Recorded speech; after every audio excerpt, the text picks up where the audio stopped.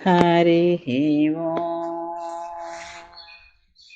श्रीगुरुभ्यो नमः। हरिः ओम्।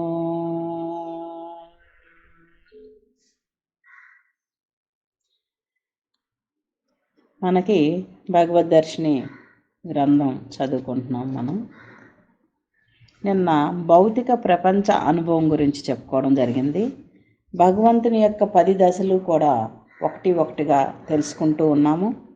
6వ దశ పాత్రలో ఉన్నాము మనం. అది పూర్తి అవ్వబోతోంది. హరి ఓం అమ్మ, పేజ్ నెంబర్ కొంచెం చెప్పరా? 97. 97. ఆత్మవిశ్వాసము. ఈరోజు మనం చెప్పుకునేది ఆత్మవిశ్వాసము.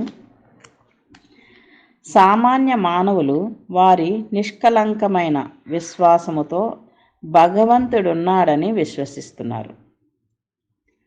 సామాన్య మానవులు వారి నిష్కలంకమైన విశ్వాసంతో భగవంతుడున్నాడని విశ్వసిస్తున్నారన్నమాట. సామాన్యులంటే అంతే కదా, వాళ్ళు ఏది లేకుండా భగవంతుడున్నాడని ఒక విశ్వాసంతో ఉంటున్నారు. అయితే ఇక్కడ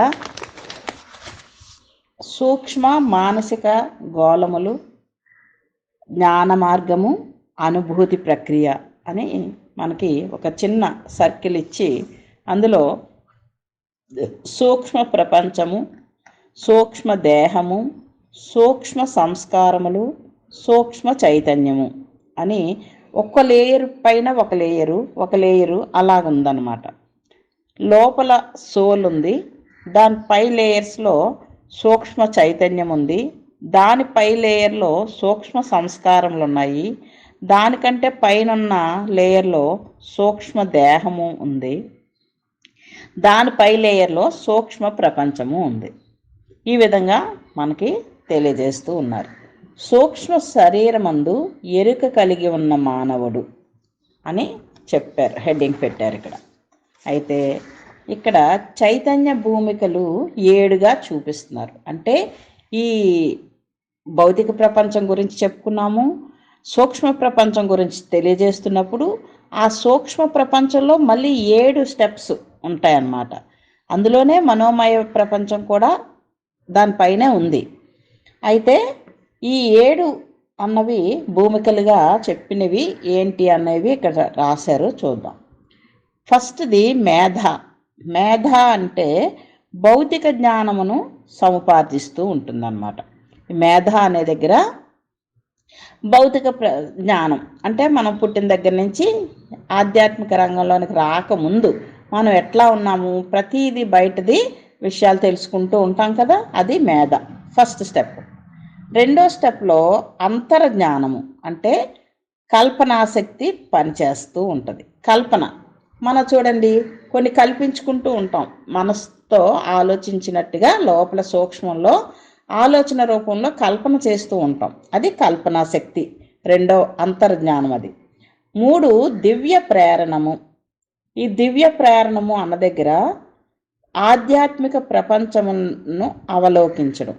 ఇది దివ్య ప్రేరణము అన్నప్పుడు ఆధ్యాత్మిక ప్రపంచము అవలోకించును. అంటే ఇక్కడ మనం చూడండి, నాకు 6th సెన్స్ పనిచేస్తుందండి, ముందే తెలిసిపోయిందండి అంటూ ఉంటాం.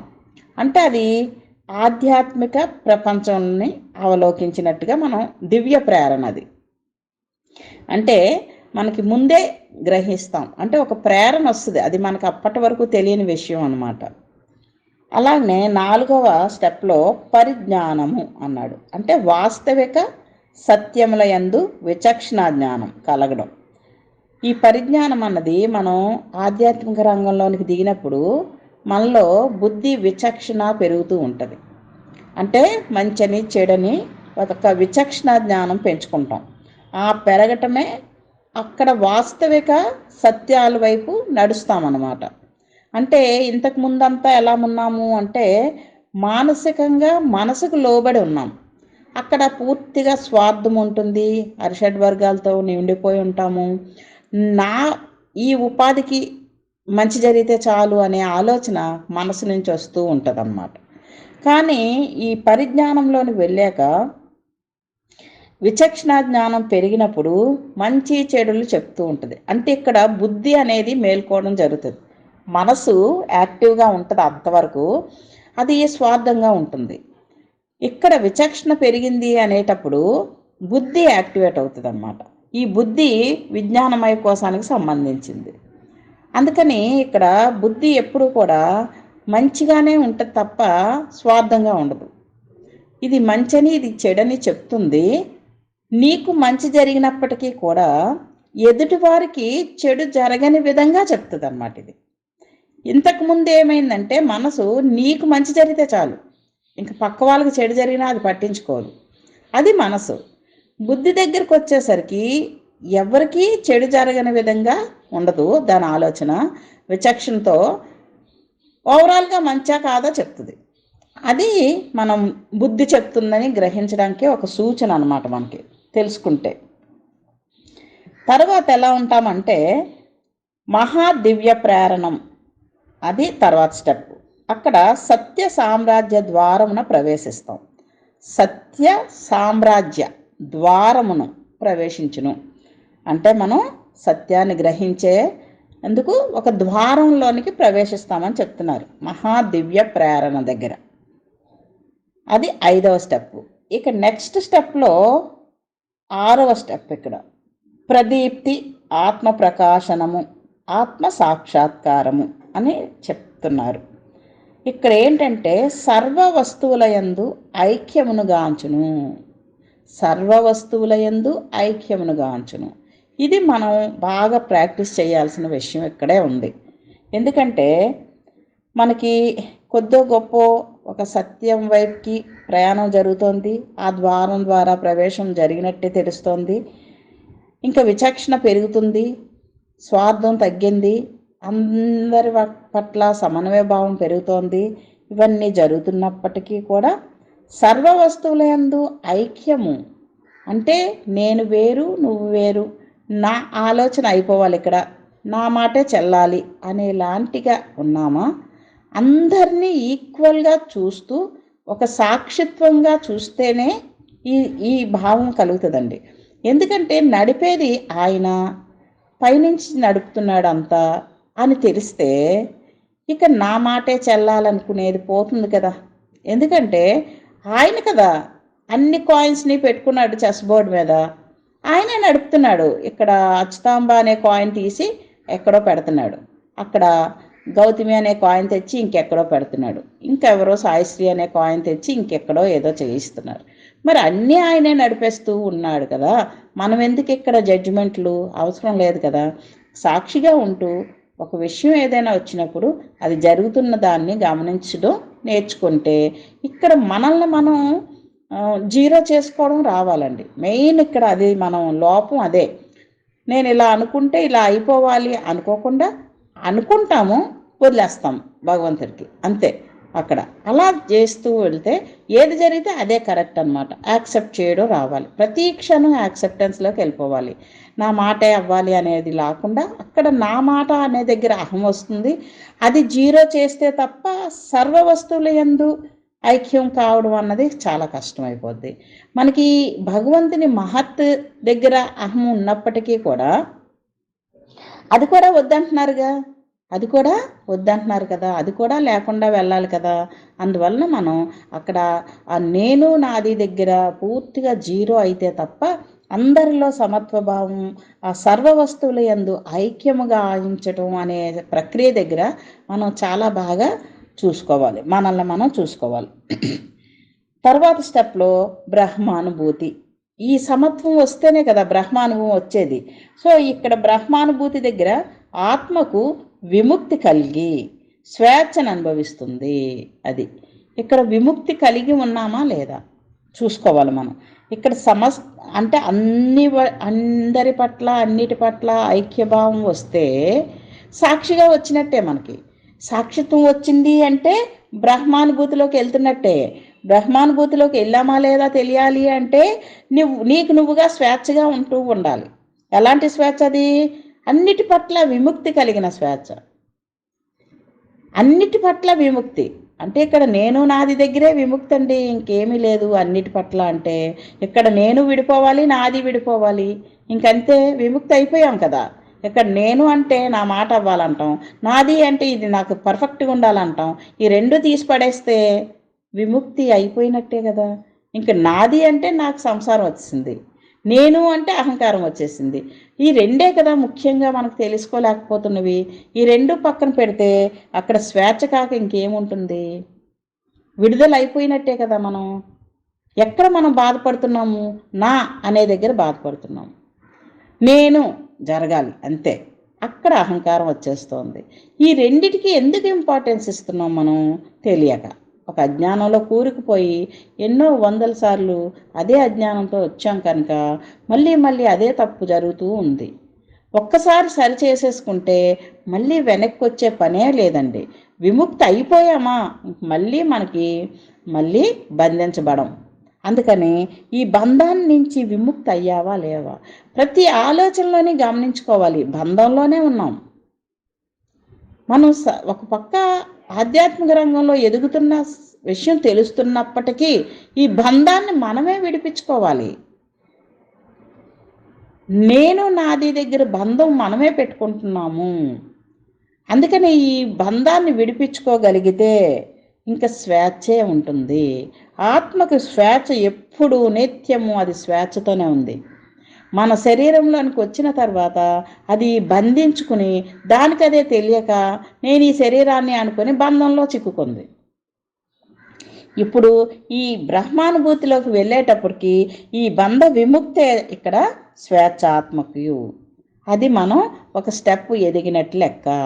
విముక్తి లేకుండా నేను నాది తీయకుండా మనం ఎన్ని పాఠాలు చెప్పుకుంటున్నా వేస్టే. జీవుల్లోనే ఉన్నాం. ఆ నేను అనే బంధం కట్ చేయాలి, నాది అనే బంధం కట్ చేసి పడేస్తే అవి మనం స్వేచ్ఛా జీవులం అయ్యాం. అప్పుడు నువ్వు జీవుడివే కాదు, ఆత్మస్వరూపానివి, బ్రహ్మస్వరూపానివి. అదే ఆ చిన్న కిటుకుంది అక్కడ మనం బాగా సాధన చేయాల్సింది అక్కడే. ఇక్కడ 6వ పాత్ర పూర్తయిపోతుంది ఇక్కడ. ఎందుకంటే ఇక్కడ బ్రహ్మానుభూతిగా చెప్పేశారు 7 పాయింట్స్. ఇంకా అక్కడి నుంచి మనం 7వ పాత్రలోకి వెళ్తున్నాం ఈరోజు మనం చెప్పుకునే దానిలో. ఈ 7వ పాత్ర దగ్గరికి వచ్చేసరికి ఏంటి చెప్పుకుంటున్నాం మనం? మనోనాశ కూడా చెప్పుకున్నాం కదా మనం మధ్యలో. ఈ 7వ పాత్ర దగ్గరికి వచ్చేసరికి మనోనాశ అయి ఉండాలన్నమాట. అంటే మనసు పూర్తిగా బంధ విముక్తి అయితే తప్ప మనోనాశ జరగదు. ఈ బంధ విముక్తి జరిగినప్పుడే మనోనాశ అని పేరు దానికే. అక్కడ ఆలోచన లేని స్థితిలో ఉండడం వస్తుంది, సాక్షిత్వం వస్తుంది, ప్రజెంట్ మూమెంట్లో జీవిస్తాం. అది కదా మనం అవకాశం ఇచ్చాం భగవంతుడికి. నన్ను నేను వదిలేసుకున్నాను కదా, ఇక స్వేచ్ఛే కదా ఉంది, సంఖ్యలు లేవు కదా, ఉన్నదంతా పరమాత్మే కదా. ఆయన ఒక్క దగ్గర పరిమితంగా లేడు కదా, ఆయనకి బౌండరీయే లేదు కదా, పరిధే లేదు కదా, అంతటా వ్యాపించున్నాడు కదా. అది కదా స్వేచ్ఛ, అది కదా మనం చూడాల్సింది, అది కదా మనోనాశ అంటే. అక్కడ మనం ఈ భగవంతుని యొక్క సూక్ష్మ గోళంలోకి ప్రవేశించినట్లు అన్నమాట. అది 7వ పాత్రగా భగవంతుడిది మనం చూడాలి. అక్కడ సాధు పురుషులు, మహాపురుషులు, సత్పురుషులు, ముముక్షువులు వీళ్ళంతా అక్కడ ఉంటారన్నమాట. ఆ పాత్రలో ఉంటారు. ఆ పాత్ర సూక్ష్మగోళము. ఇప్పుడు వరకు మనం మాట్లాడుకున్నదంతా కూడా భౌతిక ప్రపంచంలోంచే మాట్లాడుతూ ఉన్నాము. సూక్ష్మ ప్రపంచం, మనోమయ ప్రపంచం కూడా కలుస్తూనే వచ్చింది. అయితే ఇక్కడ మనం గమనించాల్సింది ఏంటి చూద్దాం. ఇక్కడ సూక్ష్మగోళము అని పెట్టారు, భగవంతుని 7వ పాత్ర అని పేరు పెట్టారు. సూక్ష్మ మండలము అనంత ప్రాణ సామ్రాజ్యము. ఇక్కడ సూక్ష్మ మండలము అనంత ప్రాణ సామ్రాజ్యము. భగవంతుని అనంత స్వభావత్రయములో ఒకటైన అనంత శక్తి పరిమితమైన మిథ్యా జగత్తులోనికి ప్రసరించినప్పుడు అది సూక్ష్మలోకములో అనంత ప్రాణశక్తిగా రూపాంతరం పొందిను. అంటే ఇక్కడ ఏం చెప్తున్నారు? సూక్ష్మ మండలము అనంత ప్రాణ సామ్రాజ్యం అట. అది ఈ సూక్ష్మ మండలం ఎలా ఉంది? అనంతంగా ప్రాణ సామ్రాజ్యంగా ఉంది. భగవంతుని అనంత స్వభావత్రయములో ఒకటైన అనంత శక్తి ఏదైతే ఉందో అది పరిమితమైన మిథ్యా జగత్తులోనికి ప్రసరించినప్పుడు అది సూక్ష్మలోకములో అనంత ప్రాణశక్తిగా రూపాంతరం చెందింది. అంటే ఇక్కడ ఈ ప్రాణశక్తి ఎక్కడ నుండి ఉంటుంది అని నాకు ఒక చిన్న డౌట్ ఉండేది. అంటే ఈ ప్రాణశక్తితోనే కదా ఈ 84 లక్షల జీవరాశులు బ్రతుకుతున్నవి, మనం కూడా జీవిస్తున్నది, ఆక్సిజన్ రూపంలో మనం లోపల తీసుకుంటున్నది ప్రాణశక్తి కదా దీని పేరు. నేను ఎప్పుడు ఆలోచించేదాన్ని ఈ ప్రాణశక్తి అసలు ఎక్కడి నుండి బయలుదేరుతుంది, దానికి పైన ఉన్నదంతా మనం విశ్వశక్తిగా మాట్లాడుకుంటున్నాం కదా, ఈ ప్రాణశక్తి ఏంటి అని ఒక ఆలోచన ఉండేది. ఇక్కడ ఏంటి క్లారిటీ ఇచ్చారంటే అనంత శక్తి, ఆయన అంతటా నిండి ఉన్న అనంత శక్తిగా ఉన్న ఆయన ఈ సూక్ష్మ జగత్తులోనికి వచ్చినప్పుడు అదే అనంత శక్తి పరిమితంగా ఉన్న మిథ్యా జగత్తులోనికి వచ్చినప్పుడు అది ఎలా మారిపోతుంది అంటే మనకి అవసరమైన ప్రాణశక్తిగా రూపాంతరం చెందుతుంది అని చెప్తున్నారు ఇక్కడ. ఈ సూక్ష్మగోళము 7 డివిజన్లుగా విభజింపబడి ఉన్నను అది అంతయు ఒకటే ప్రపంచము. అది ఇక్కడ మనకి ఈ సూక్ష్మ ప్రపంచం అంతా ఒకటే, కానీ 7 స్టేజ్లు మనకి చెప్పారు కదా. ఇప్పుడు మేధ, అంతరజ్ఞానము, దివ్య ప్రేరణము, పరిజ్ఞానము, మహాదివ్య ప్రేరణము, ప్రదీప్తి, ఆత్మ ప్రకాశనము, ఆత్మ సాక్షాత్కారము, బ్రహ్మానుభూతి 7 లేయర్స్గా చెప్పారు. స్టెప్స్ అన్నమాట, 7 స్టెప్స్గా. కానీ అదంతా ఒకటే సూక్ష్మగోళము. ఇది ప్రాణశక్తిమయ గోళము. ఇదంతా కూడా ఎలా ఉంది, మనకి కంటికి సూక్ష్మం ఎప్పుడు కనపడదు కదండి. మనకి మనోమయ ప్రాణమయ కోసం కూడా మన లోపల ఉంది కదా, అది మనకి కనపడదు, శక్తి స్వరూపం కదా అది. అందుకని ఇక్కడ సూక్ష్మగోళం అంతా కూడా శక్తితో నిండిపోయి శక్తిమయంగా ఉంది.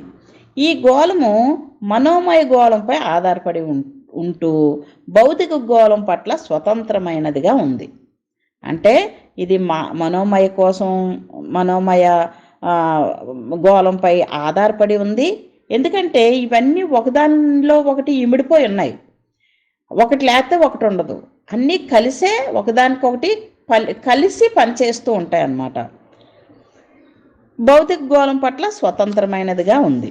ఇక్కడ సూక్ష్మగోళము దాని ప్రాణశక్తి, అందలి దివ్య జీవులు, మానవుని పూర్తి సూక్ష్మ చైతన్యము, పాక్షిక సూక్ష్మ చైతన్యముల ద్వారా భౌతిక గోళమును అల్లుకొనుచున్నప్పుడు సూర్యుళ్ళు, నక్షత్రములు, గ్రహములు, అన్ని ప్రపంచములలో ఉన్న ప్రతి వస్తువు, ప్రతి జీవి, వీటన్నిటితో కూడిన అనంత ఆకాశమును కూడా అల్లుకొనుచున్నది. అనంత ఆకాశము కూడా భౌతిక గోళము లోపల ఉన్నదే. అది అంటే ఇక్కడ ఈ ఆకాశం ఏంటి అంటే మనం కనబడుతున్న ఆకాశం. మనకి ఏ ఆకాశం కనిపిస్తుంది, స్థూలం అది ఆకాశం. అక్కడ మన దృష్టిలో స్థూల ఆకాశం అది. ఆ ఆకాశము ఇక్కడ సూక్ష్మగోళం అంతా కూడా వ్యాపించి ఉంది అని చెప్తున్నారన్నమాట. అపరిమితమైన నానాత్వమును, సూక్ష్మ దృశ్యములు, సూక్ష్మ ధ్వనులు, సూక్ష్మ అనుభూతులు, శక్తుల యొక్క తీవ్రతను భౌతిక గోళములో సమాంతరమును కలిగి ఉండక ప్రాణశక్తిని కాపాడుచున్నవి. అంటే ఇక్కడ మనం చూడండి, ధ్యానంలో కూర్చుంటాం. అలాగ కూర్చున్నప్పుడు నేను, నా పేరు, నా దేహం నాకు గుర్తుంటాయి. నేను ధ్యానంలో కూర్చున్నాను అనే విషయం గుర్తుంటుంది. అలాగ శ్వాసను గమనిస్తూ గమనిస్తూ ఉన్నప్పుడు ఆలోచనలన్నీ ఆగిపోతాయి. అప్పుడు ఏం జరుగుతుంది, బ్రుకుటి మధ్యలో దృష్టి పెట్టుకునేసరికి ఆలోచనలు ఏవీ లేని స్థితిలోకి వెళ్తాం. ఇంకక్కడ ఈ బాహ్య ప్రపంచం పక్కకి వెళ్ళిపోద్ది, ఇంకా అది గుర్తుండదు మనకి. శరీరం గుర్తుండదు, స్థూలంలోకి పూర్తిగా స్థూలం నుంచి బయటపడిపోయి ఆ సూక్ష్మ ప్రయాణంలోకి వెళ్ళిపోతాం. ఆ సూక్ష్మంలోకి వెళ్ళేసరికి మనకు తెలియకుండానే ఒక శక్తిని అనుభూతి చెందటం, కొన్ని దృశ్యాలు చూడగలగటం, కొన్ని ధ్వనులు వినగలగటం, ఇవన్నీ సూక్ష్మంలో జరుగుతాయి అన్నమాట. ఎందుకంటే మన ప్రయాణం చేసేటప్పుడు ఆ సూక్ష్మలోకం మనలోనే ఉంది, మన చుట్టూ కూడా ఉంది. ఆ సూక్ష్మంలోనికి ఈ బాహ్యంగా ఉన్న ఆలోచనలన్నీ కట్ అయ్యేసరికి తెలియకుండా మన ప్రయాణం సూక్ష్మంగా జరుగుతున్నప్పుడు ఆ సూక్ష్మ దృశ్యాలు కనిపించటం, ప్రకాశాన్ని చూడటం, కొన్ని సౌండ్లు వినటం, ఇదంతా జరుగుతూ ఉంటుంది. ఈ భౌతిక గోళంలో ఈ శక్తుల యొక్క తీవ్రతను భౌతిక గోళంలో సమాంతరమును కలిగి ఉండక ప్రాణశక్తిని కాపాడుచున్నవి. ఈ ప్రాణశక్తి భౌతిక హద్దుల లోపల పరిమితమగుచున్నది. ఈ ప్రాణశక్తి భౌతిక హద్దుల లోపలే పరిమితంగా ఉంది. మానవుని చైతన్యము భౌతిక పరిమితులచే చుట్టబడి ఉన్నది. అది మానవుని చైతన్యము ఈ భౌతిక పరిమితులతో చుట్టబడి ఉంది. అందుకే కదా నేను ఈ శరీరాన్ని అనుకోవడం జరుగుతుంది. మరి మనకి లోపల చైతన్యం ఎక్కడి నుంచి వచ్చింది? అంతటా నిండి ఉన్న ఆయన నుంచే వచ్చినప్పటికీ ఈ శరీరం లోపలికి వచ్చేసేసరికి దాన్ని అదే తెలియక ఈ శరీరం నేను అనుకుని ఇక్కడ చిక్కుకొని నేనేమి చేయలేను అనుకుని ఈ శరీరం ఏం చేయగలదో అక్కడే చేసుకుంటూ కూర్చుంది. నిజానికి అందులో ఉన్న శక్తి ఎలాంటిది? చైతన్యం అంతటా వ్యాపించగలదు, ఎక్కడికైనా వెళ్ళిపోగలదు, ఏదైనా చేయగలదు. కానీ దాని ఆలోచన ఎలా ఉంది? నేను ఈ శరీరాన్ని కదా అనుకుంటుంది కదా. అందుకే పరిమితం అయిపోయింది అక్కడ. ఆ అజ్ఞానం వల్లనే కదా మనం అందులో కూరుకుని ఉండిపోయాము. సో ఆ చైతన్యము బంధించబడిపోయింది. సంభవ అస్తిత్వము సూక్ష్మగోళము పంచ ఆవిష్కారములలో ఒకటి. ఈ సూక్ష్మగోళము పంచ ఆవిష్కారములలో ఒకటి. ఇది దేవతలు పితరులతో కూడి ఉండును. ఈ సూక్ష్మగోళం ఎలా ఉంటుంది అంటే దేవతలుతో పితరులతో కూడి ఉంటుంది. ప్రాణమయ భువనము, దీని పేరు కూడా ప్రాణమయ భువనము. 4వ ఆవిష్కారము, ఇది 4వ ఆవిష్కారము అని చెప్తున్నారు. సూక్ష్మ గోళము మనోమయ గోళము నుండి తన ఉనికిని పొందుచున్నది. అది అంటే ఈ సూక్ష్మ గోళం తనకి ఇక్కడ దేనికి స్వతంత్రంగా ఉనికి లేదమ్మా. అంటే ఆ శక్తి ఎక్కడి నుంచో వస్తుంటే దీనికి ఉనికి కలుగుతుంది. ఇప్పుడు నా శరీరంకి ఉనికి ఎక్కడి నుంచి వచ్చింది? ఆ లోపల ఉన్న ఆత్మ చైతన్యం నుంచే కదా వచ్చింది. అలాగే ఇక్కడ గోళం అంటే మళ్ళీ సూక్ష్మ గోళంకి కూడా మనోమయ గోళం నుంచి వస్తుంది ఉనికి. అలాగనమాట, ఒకదాని నుంచి ఒకటి వస్తుంది. సో ఇచ్చట భగవంతునికి అతని ఆవిష్కార విశేషములకు గల సంబంధము ఎలా ఉంటుంది అంటే తండ్రికి అతని సంతానములకు గల సంబంధంలా ఉంటుంది. అంటే తండ్రి ఎవరు? కదలని వాడుగా పైన ఉన్నాడు. అలాగే మన పరబ్రహ్మగా చెప్పుకున్నాం. చిన్న ప్రేరణతో కదలికతో ఈ సృష్టి వచ్చింది అని. అక్కడి నుంచి ఒకటి ఒకటి ఒకటి ఒకటి కిందకు వస్తూ వచ్చాయి. అందుకని అది తండ్రిగా చూసినప్పుడు ఈ తండ్రి నుంచి వచ్చిన సంతానం ఎలా ఉంది? ఈ లోకాలుగా వచ్చాయి. అంటే ఈ మనోమయ ప్రపంచం, సూక్ష్మమయ ప్రపంచం, భౌతిక ప్రపంచం ఇవన్నిటిగా వచ్చిందనమాట. ఇచ్చట భగవంతుడు దయాళువు, కరుణామయుడు, తన సంతానం పట్ల ఏమరువక ఉండును. వీరు శిక్ష, బహుకృతులందు ఆలోచన, జ్ఞానాసక్తి, ఆధ్యాత్మిక సిద్ధి కొరకు ప్రయాస లేనట్టి ఉపేక్షాపరులు. వీరే దేవతలు. అది అంటే ఈ సూక్ష్మ ప్రపంచం అంతా ఎలా ఉంది అంటే వారికి ఆ మనోమయ ప్రపంచం నుంచి వస్తుందట శక్తి అంతా కూడా. ఉనికి అంటే ఇంకా ఆ చైతన్యమే అనుకోవాలి. ఆ చైతన్యము ఉనికి ద్వారా వీరు సూక్ష్మ ప్రపంచంలో తీసుకోవడం జరుగుతుంది. ఈ సూక్ష్మ ప్రపంచంలో దేవతలందరూ ఉన్నారని చెప్తున్నారు. వారికి ఆధ్యాత్మిక సిద్ధి కొరకు ప్రయాస లేనట్టి ఉపేక్షాపరులు. వాళ్ళు ఆధ్యాత్మిక సిద్ధి కావాలనే ఒక ప్రత్యేకమైన ఆసక్తిగా ఏమీ లేదు వారికట. వీరే దేవతలట. అంటే ఇక్కడ వారు ఇప్పుడు ఒకలా మనం అర్థం చేసుకోవాలి. భూమి మీదకి వచ్చిన మనలాంటి వాళ్ళం కొంత సాధన చేసి ఏదో పొందాలని, ఏదో జ్ఞానం సంపాదించాలని ఎన్నో కొన్ని సిద్ధులు కూడా కొంతమంది అదే పనిగా సిద్ధి కోసమే అక్కడ తపస్సు చేస్తారు, ఆ సిద్ధి పొందుతారు. ఇలాగా జ్ఞానము, సిద్ధులు, శక్తి పెంచుకున్న వారు అక్కడ ఆ పుణ్యలోకాలు అంటారు వీటిని. అంటే ఈ సూక్ష్మలోకాల్లో వారికి ఒక దేవతలుగా జీవిస్తారనమాట కొన్నాళ్ళు. అంటే ఇక్కడ మనలాంటి వాళ్ళే సాధనలో బెటర్మెంట్కి వెళ్ళిన వాళ్ళు అనమాట. అక్కడ మరి వాళ్ళకి ఆ అనుభవం ఎన్నాళ్ళు అనుభవించాలో అన్నాళ్ళు వాళ్ళకి ఇచ్చిన పాత్ర వాళ్ళు పోషిస్తారు. అక్కడ పోషించేస్తారే తప్ప ఇంకా ఏదో నేర్చేసుకోవాలి, ఇంకా బెటర్మెంట్కి వెళ్ళిపోవాలి, ఇంకా పై స్థితికి వెళ్ళాలి, ఇలాంటివి ఏవి ఉండవు అక్కడ. ఇక్కడ ఏ బెటర్మెంట్కి వెళ్ళామో దాన్ని అనుభవించడానికి వెళ్ళాం అక్కడికి.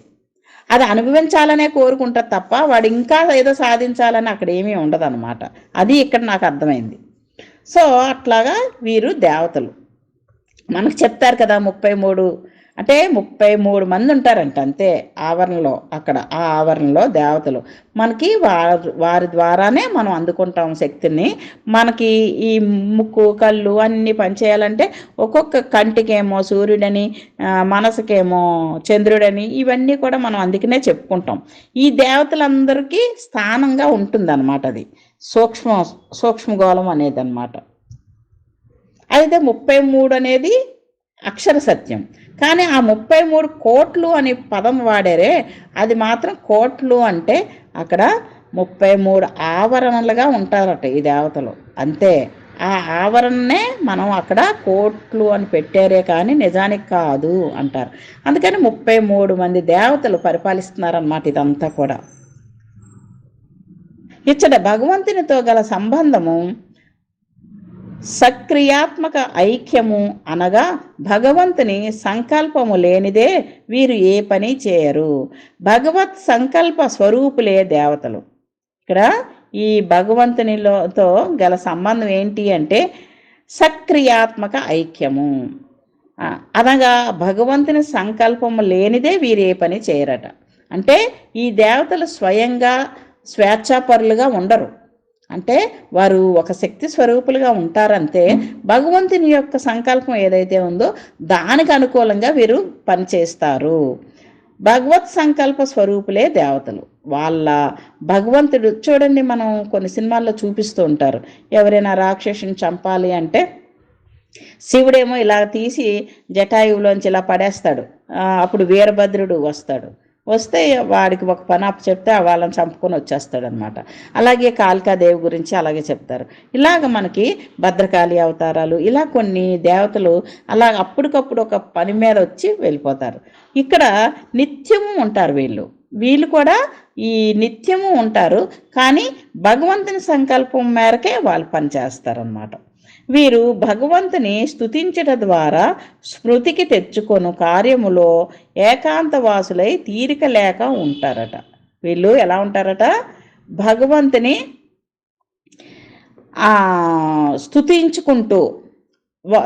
స్తుతించటం ద్వారా స్మృతికి తెచ్చుకొను కార్యములో ఏకాంతవాసులై తీరిక లేకుండా ఉంటారట. వీరు ఎప్పుడు భగవంతనామం స్మరిస్తూ ఆ భగవంతుని గుర్తు పెట్టుకుంటారట, లోపల పెట్టుకుని ఆ స్మరణలోనే ఉంటారట. ఇక్కడ దేవతల గురించి మళ్ళీ చెప్తున్నారు. వీరు అమరులు, వీరికి చావు ఉండదు, అమరులు. భగవంతుని సంకల్పమునకు స్వయం గమనమూర్తులు. అంటే వీళ్ళు అమరులుగా ఉంటారట. భగవంతుని సంకల్పానికి స్వయం గమనమూర్తులుగా ఉంటారట. భగవంతుడు వాంఛించినదే ప్రోత్సహించనిదే వీరు ఏమీ చేయరట. భగవంతుడు ప్రోత్సహిస్తేనే వీరు చేస్తూ ఉంటారట ఏ పనైనా కానీ. వీరు భగవంతుని సంకల్ప స్వరూపులు. వీరు భగవంతుని సంకల్ప స్వరూపులు.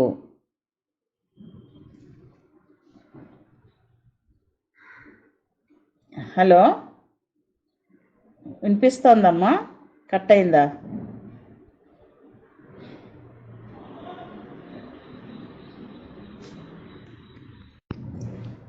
మనకి ఇక్కడ ఈ దేవతలు కూడా ఎప్పుడూ కూడా భగవంతుని సంకల్ప స్వరూపులుగానే పనిచేస్తారని చెప్తున్నారన్నమాట. దేవతలు స్థూలకాయముతో అపవిత్రులు కాని పవిత్ర జీవులు. ఇక్కడ దేవతలు స్థూలకాయముతో అపవిత్రులు కాని పవిత్ర జీవులట. ఈ సందర్భంలో దేవతలు సామాన్య మానవుల కంటే శ్రేష్ఠులు. ఇక్కడ సామాన్య మానవుల కంటే కూడా శ్రేష్టంగా ఉంటారు. స్థూల శరీరం అనేది ఉండదు కదా వారికి. ఈ దేవతలకి మానవుడి కంటే కూడా శ్రేష్టమైన స్థితిలో ఉన్నారట. దేవతలు మానవుడు పొందగల సత్యస్థితిని చేరుకొనుటకు ముందుగా దేవత్వమును వీడి మానవులు కావలసినదే. చూసారా, ఈ పాయింట్ బాగా మనందరం క్యాచ్ చేయాలి.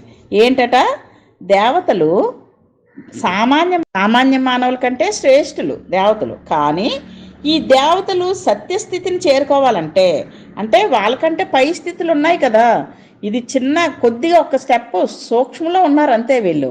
కానీ ఇక్కడ మనం మొత్తం అంతా సృష్టిని దాటి వెళ్ళి అంతట్లో కలిసి ఉండాలనుకున్న ఆ భగవంతుడి కదలని స్థితిలో ఉన్న వాడిని చేరాలంటే వీరికి కూడా సాధ్యం కాదు. అందుకని వీరేం చేయాలట, ఆ టైంలో వీరికి నిజంగా మోక్షం కావాలి అనుకుంటే అప్పుడు మళ్ళీ దేవతలు కూడా భూమి మీదకి వచ్చి మానవ రూపాలు ధరించాల్సిందే. అట్లే మానవుడు మానవత్వమును వీడి నేను భగవంతుడను అనేటి స్థితిలో ప్రవేశించవలసినదే. ఇక్కడ మానవుడిగా ఉన్న మనం కూడా ఏం చేస్తాము, నేను ఈ శరీరాన్ని కాదు, నేను భగవంతుణ్ణి అని గుర్తిస్తే తప్ప మనం కూడా దాటి వెళ్ళలేం సత్యస్థితిలోకి. అలాగే ఈ దేవతలు భూమి మీదకి వచ్చి మానవ స్థితిలోకి వచ్చిన దేవతలు వచ్చి మానవ రూపం ఎత్తినప్పటికీ కూడా వారికి ఆ ఎరుక రావాలన్నమాట.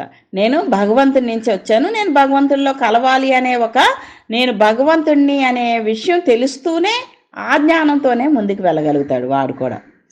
అసంఖ్యాక జనన మరణముల అనంతరము భౌతిక చైతన్యము గల మానవాత్మ చిట్ట చివరకు తప్పనిసరిగా భగవంతుని యొద్దకు తీసుకొని పోవు జ్ఞాన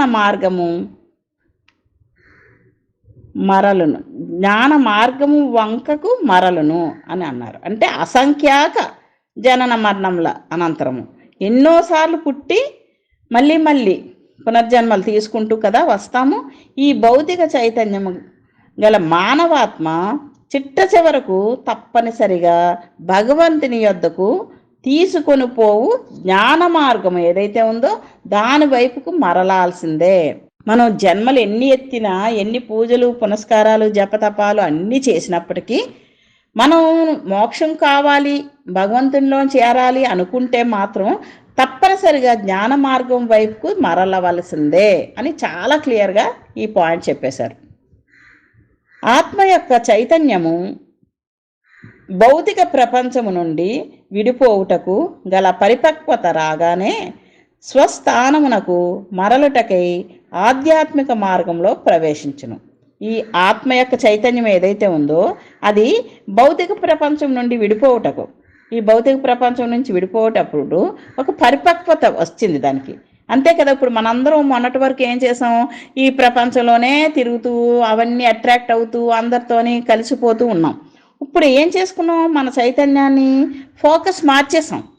ప్రపంచం వైపు ఉన్న చైతన్య ఫోకస్ మనం ఏం చేసాం, అంతర్ముఖానికి తీసుకొస్తున్నాం. మనం ఈ పరిపక్వత వస్తేనే కదా బహిర్ముఖంగా ఉన్న చైతన్యాన్ని అంతర్ముఖం వైపు తిప్పగలం. పరిపక్వత సంపాదించినాం. ఆ పరిపక్వత రాగానే స్వస్థానమునకు మరలుటకై, నా జన్మస్థానం అంటే ఈ సోల్, ఈ ఆత్మ ఎక్కడి నుండి వచ్చింది, దాని జన్మస్థానం ఏది, అది మళ్ళీ తిరిగి అక్కడికి వెళ్ళాలి కదా అనే ఒక ఆలోచన రావడం జరిగింది. ఆధ్యాత్మిక మార్గంలోకి ప్రవేశించాం. అందుకోసం ఈ ఆధ్యాత్మికంగా ప్రవేశించి ఆ ఎరుకతోని మన ప్రయాణం సాగిస్తూ ఉన్నాం అన్నమాట. ఆధ్యాత్మిక మార్గము 6 భూమికలతో కూడి ఉన్నది. ఈ ఆధ్యాత్మిక మార్గము 6 భూమికలతో కలిసి ఉంది. అగాధమైన సత్యమునకై స్పృహ కలిగి తహతహ చెందుటయే ఆధ్యాత్మం. అంటే ఈ సత్యాన్ని తెలుసుకోవాలి అని తహతహ చెందటమే ఆధ్యాత్మము అని చెప్తున్నారు. ఈ పునర్జన్మ ప్రక్రియలో అసంఖ్యాక జన్మముల అనంతరము ఆ జన్మల ద్వారా భిన్న సంస్కారములు క్రమక్రమముగా వదిలై బిగువు సడలి అప్పుడే అంతర్ముఖ క్రమము అంటే జ్ఞాన మార్గం సాధ్యమగును. ఈ జ్ఞాన మార్గంలోకి వెళ్ళాలనుకున్నప్పుడు మనం ఎన్నో పునర్జన్మలు తీసుకుంటూ ఎన్నో అసంఖ్యాకమైన జన్మలు తీసుకుని ఆ తీసుకోగా మనకి ఒక్కొక్క రియలైజేషన్ వస్తూనే మనం వెళ్తున్నాం జన్మలు మార్చుకుంటూ. ఆ జన్మల ద్వారా భిన్న సంస్కారములు, రకరకాల సంస్కారాలని క్రమక్రమంగా వదులుచుకుని ఈ బిగుసిపోయిన మన భౌతిక ఆలోచనలన్నీ సడలిపోయి అంతర్ముఖం వైపుకు ప్రయాణం చేస్తూ జ్ఞానాన్ని పట్టుకుని అది సాధించాలి అని నడుస్తున్నామంట. ఆత్మ యొక్క చైతన్యము ఇంకా ఇంకా ఇంద్రియాత్మకమగు భౌతిక ప్రపంచము నుండి విముఖత చెంది అంతర్ముఖమై సూక్ష్మ మానసిక గోళముల ద్వారా ఆధ్యాత్మిక అభివృద్ధిని కోరుచున్నది. ఈ ఆత్మ యొక్క చైతన్యం ఉందే, ఈ చైతన్యము ఇదే బంధింపబడింది శరీరంలో. బంధింపబడిన తర్వాత కొన్ని జన్మలు తీసుకుంటున్నప్పుడు అదే రియలైజ్ అవుతూ వచ్చింది. ఇక నేను వచ్చిన స్థలం ఎక్కడ, నేను ఎక్కడి నుండి వచ్చాను అని తెలుసుకోవడానికి ప్రయత్నం చేస్తున్నప్పుడు జ్ఞాన మార్గంలోకి ఎంటర్ అయిపోయింది. ఇంకా ఎంటర్ అయిన తర్వాత అక్కడ ఇంద్రియాత్మకమగు భౌతిక ప్రపంచం నుండి విముక్త చెందింది. ఈ ఇంద్రియాలతో బయట బాహిర్ముఖంగా చేసే వాటి పట్ల దానికి వైరాగ్యం వచ్చిందనమాట. ఇంకా వచ్చినప్పుడు అంతర్ముఖమైంది అయ్యి ఈ సూక్ష్మ మానసిక గోళముల ద్వారా ఆధ్యాత్మిక అభివృద్ధిని కోరుకుంటూ పైకి వెళ్తుందన్నమాట. ఈ ముందంతా భౌతిక ప్రపంచానికి ఆనుకుని ఉండి, అంటే ఆ గోళాన్ని అడ్డుగా గీత గీస్తే సగానికి ఆ కిందంతా భౌతిక ప్రపంచమే. అక్కడ 7 లేయర్స్గా చెప్తూ ఉంటారు అనమాట. అక్కడి నుంచి ఆధ్యాత్మిక మార్గం మొదలు పెట్టాక మళ్ళీ 7 స్టెప్స్ చెప్పారు. అది సూక్ష్మ మనో ప్రపంచాలన్నమాట. ఆ ప్రయాణం జరుగుతూ ఉంది అని చెప్తున్నారు. చైతన్యము సప్త వివిధ దశలలో విస్తరిల్లి పూర్ణ చైతన్యంగా తయారైంది. అంటే ఈ చైతన్యము ఈ సప్త వివిధ దశలలో మనం చెప్పుకున్న 7 దశలుగా మార్చుకుంటూ పైకి ఎదుగుతూ వెళ్ళి పూర్ణ చైతన్యంగా తయారైంది. అట్లే ఆ విస్తరిల్లిన పూర్ణ చైతన్యము సప్త వివిధ స్థితులలో అంతర్ముఖంగా అయ్యిందనమాట. ఈ 7 భౌతిక ప్రపంచంలో ఉన్నప్పుడు 7 స్టెప్స్, అది మళ్ళీ సూక్ష్మంలోకి వెళ్ళాక మళ్ళీ 7 స్టెప్స్గా మారుతూ వెళ్ళి అక్కడ ఏమైంది, అంతర్ముఖంగా మారింది. ఈ ఇంద్రియ సంబంధమైన జీవితమును ఆత్మ సంబంధ జీవితమునకు మరల్చుటయే వైరాగ్యము. ఈ ఇంద్రియాలతో చేస్తూ ఇన్నాళ్ళు మనం బాహ్యంగా జరుగుతూ ఉన్న ఆ జీవితాన్ని అంతర్ముఖం వైపుకు మార్చుకోవటాన్నే వైరాగ్యం అని చెప్తున్నారన్నమాట. సంస్కార భారము నుండి విముక్తి పొందుటకు సర్వ విధముల పడేడు యాతనలో చైతన్యము అంతర్ముఖ మగుటైకు ఇదియే ప్రథమ సోపానం. ఇక్కడ సంస్కార భారము నుండి విముక్తి పొంది సర్వ విధముల పడేడు యాతనలో చైతన్యము అంతర్ముఖ మగుటయే ప్రథమ సోపానము. అంటే ఇక్కడ అంతర్ముఖం అయ్యేసరికి ఈ బాహ్యంగా ఇంద్రియాల ద్వారా వచ్చే దుఃఖం కానీ బాధలు కానీ నేను నాది తీసేస్తే చాలండి. ఇంకేంటుంటుంది బాధ? మీరు బాధపడేది నా మనిషికి ఏదో అయిపోయింది, నా శరీరం బాగలేదు, నేను బాగోలేదు, నాకు ఇంపార్టెన్స్ లేదు, ఇదే కదా మన గోలంతా, నేను నాదే కదా. ఇది ఎప్పుడైతే బహిర్ముఖం నుంచి అంతర్ముఖం అయిపోయామో ఈ నేను నాది వదిలినట్టే అర్థం. ఎప్పుడైతే ఆ 2 వదిలేస్తామో అంతర్ముఖంలో దుఃఖమే ఉంది, ఇంకా ఉన్నదంతా ఒకటిగా వస్తుంది కదా అంతర్ముఖంలో ఉన్నప్పుడు. అది చెప్తున్నాడు. ఆ యాతన అంతా కూడా పోయి అంతర్ముఖం అయ్యేసరికి ప్రథమ సోపానంగా చెప్తున్నారు. బాహ్య కార్యకలాపమందు నిమగ్నుడై పనులు ముగిసిన తరువాత ఆ పనుల నుండి తన వైపునకు ధ్యానమును మరలించుట వంటిది అంతర్ముఖ క్రమము. మనం చూడండి, ఇంటి బయటికి వెళ్తాము, ఎన్నో పనులు ఉన్నాయి అనుకుని వెళ్ళి అన్ని పనులు పూర్తి చేసుకొని ఇంటికి వచ్చాక ఇప్పుడు నేనేంటి రిలాక్స్ అయ్యి హాయిగా స్నానం చేసి కాస్త భోంచేసి హాయిగా పడుకోవాలి అని నా కోసం నేను పెడతాను ఎనర్జీ అంతా. అప్పుడు నాకు ఎంత సుఖంగా ఉంటుంది. అలాగే ఈ బహిర్ముఖంగా ఉండే పనుల నుంచి విరమించుకుని అంతర్ముఖంగా ధ్యానం వైపుకి మారినప్పుడు చక్కగా సాగుతుంది అన్నమాట. అది ఒక క్రమం. తాను చూచిన మనుష్యుడు తాను చూచుచుండగానే తన యొద్ద నుండి దూరంగా పోవుట వంటిది అంతర్ముఖ క్రమం. అంటే తను చూస్తున్న మనిషి ఈ అంతర్ముఖం అవుతుంటే తను చూస్తూ చూస్తుండగా దూరంగా వెళ్ళిపోతాడు ఒక మనిషి, మనకు కనబడ్డు కదా. అలాగే ఈ అంతర్ముఖం అవడం కూడా. అంటే ఇప్పుడు మనకి కంటి చూపు ఎంతవరకు వెళ్తుంది, అలా చూస్తున్నాం, మనకు నచ్చిన వాళ్ళు ఎవరో నడిచి వెళ్తున్నారు, చూస్తూ ఉన్నాం, కొంత తర్వాత కనిపించడు వాడు, వాడు నడుస్తూనే మనం అంతర్ముఖం అయ్యేటప్పుడు బాహ్యంగా ఉండే విషయాలన్నీ దూరం అయిపోయినట్టుగా అయిపోయి లోపలికి వెళ్ళిపోతూ ఉంటుంది అన్నమాట ప్రయాణం. మనం నిద్రలోకి వెళ్ళినప్పుడు కూడా అదే కదండి జరుగుతుంది. విషయాలు మంచమే పడుకోగానే కొన్ని గుర్తొస్తాయి, కొన్ని అలా తగ్గిపోతాయి, అలా తగ్గిపోతాయి, పూర్తిగా తగ్గిపోతాయి, ఇంక పూర్తిగా ఆలోచన ఉండదు, అలా నిద్రలోకి వెళ్ళిపోతాం, అంతే కదా. తర్వాత గాఢ నిద్రలోకి వెళ్ళిపోతాం. అలాగే ఈ అంతర్ముఖ ప్రయాణం కూడా అదే పద్ధతిలో జరుగుతుంది అన్నమాట. మార్గంలో ప్రవేశించుకొలది చైతన్యము అంత హెచ్చుగా లోపలికి చొచ్చుకొని పోవుచుండును. మనం ఈ అంతర్ముఖ ప్రయాణం మొదలు పెట్టాక నెమ్మది నెమ్మదిగా చైతన్యము లోపలికి చొచ్చుకోవడం మొదలవుతుంది. ఇప్పుడు వరకు ఈ చైతన్యం ఎలా పనిచేసింది? బాహ్యంగా పనిచేసింది. మనకి ఎక్కడ జ్ఞానం ఉంది? బహిర్ముఖంగా జ్ఞానం ఉంది, దానికే ఉపయోగపడ్డది. ఇప్పుడు ఏంటంటున్నాం? అవన్నిటి మీద ఆసక్తి లేదు నాకు అంటున్నాము, అసలు నేను నాదియే నాకు లేదంటున్నాము, ఉన్నదంతా ఆయనే అంటున్నాం. ఆయన ఎక్కడున్నాడంటే నీలో ఉన్న జ్ఞానం వచ్చిన తర్వాతే మన ఫోకస్ బయటది లోపలికి వెళ్తుంది. జ్ఞానం యాక్సెప్ట్ చేయగలిగితేనే లోపలే ఉన్నాడు ఆయన అని తెలిసిన తర్వాత నా ఫోకస్ ఈ జ్ఞానంతో ముడిపడి లోపలికి వెళ్ళింది. అప్పుడు కదా ఈ చైతన్యం అంతర్ముఖం అయ్యి లోపల పనిచేయడం మొదలవుతుంది. చైతన్యము అంతర్ముఖమగుటకు ప్రారంభించుటతో మానవుని స్థితిలోనున్న భగవంతుడు క్రమక్రమంగా భౌతిక ప్రపంచం యొక్క ద్వంద్వ సంస్కార అనుభవమునకు దూరమగును. మనం గమనించుకోవాలండి ఈ పాయింట్స్ అన్నీ కూడా. ఇప్పుడు నేను అంతర్ముఖం అయ్యానా లేదా, ప్రతి ఒక్కరికి డౌట్ ఉంటుంది కదా. ఈ డౌట్ క్లారిఫై చేసేస్తున్నాడు ఇక్కడ ఆయన. ఏమంటున్నాడు? నువ్వు అంతర్ముఖం అవుతూ అవుతూ ఉంటేనే బాహ్య విషయాల పట్ల ద్వంద్వ భావం, వీడెక్కువ వాడు తక్కువ, వీడిష్టం వాడు అయిష్టం, ఇది కావాలి అదొద్దు, ఇవన్నీ ద్వంద్వ భావాలే కదా. ఇవన్నీ దూరం అయిపోతూ ఉంటాయి. అవన్నీ భౌతిక ప్రపంచానికి సంబంధించిన ద్వంద్వ భావాలన్నీ కూడా దూరం అవుతూ ఉన్నాయి అంటేనే నువ్వు అంతర్ముఖం అవుతున్నట్టుగా నిన్ను నువ్వు గమనించుకోవాలి. ఘన రూపంలో ఉన్న భౌతిక సంస్కారములు క్రమక్రమముగా ద్రవ రూపంలో పల్చనై అవి క్రమక్రమంగా ఆవిరి రూపంలో మరింతగా అదృశ్యమగుట అంతర్ముఖ ప్రక్రియలో జరుగు క్రమ పద్ధతి. అబ్బా, ఇక్కడ చూడండి, ఘన రూపంలో భౌతిక సంస్కారాలు అన్నీ కనిపిస్తాయి, అంతే కదా. భౌతికం అంతా ఎలా ఉంది? ఘన రూపంలో ఉంది. కానీ అది ద్రవ రూపంలోకి మారిపోయి పల్చగా తయారైపోయి ఆవిరిగా మారిపోయి అదృశ్యమైపోవడమే మనకి అంతర్ముఖ ప్రయాణం యొక్క క్రమ పద్ధతి. ఇప్పుడు నేను నీళ్ళేసి స్టవ్ మీద పెట్టానండి, అవి మరుగుతూ ఉన్నాయి ఆవిరిగా. నేను పొయ్యి మీద పెట్టిన గిన్నెలో నీరంతా ఆవిరైపోయింది. ఆవిరి ఎక్కడికి వెళ్ళిపోయింది? సూక్ష్మంలోకి వెళ్ళిపోయింది. అలాగే మనలో దట్టంగా ఉన్న సంస్కారాలు, స్థూలంగా ఘన రూపంలో ఉన్న సంస్కారాలన్నీ పలచబడిపోయి మనకి వాటి మీద మన చైతన్యం యొక్క ఫోకస్ని పెట్టట్లేదు.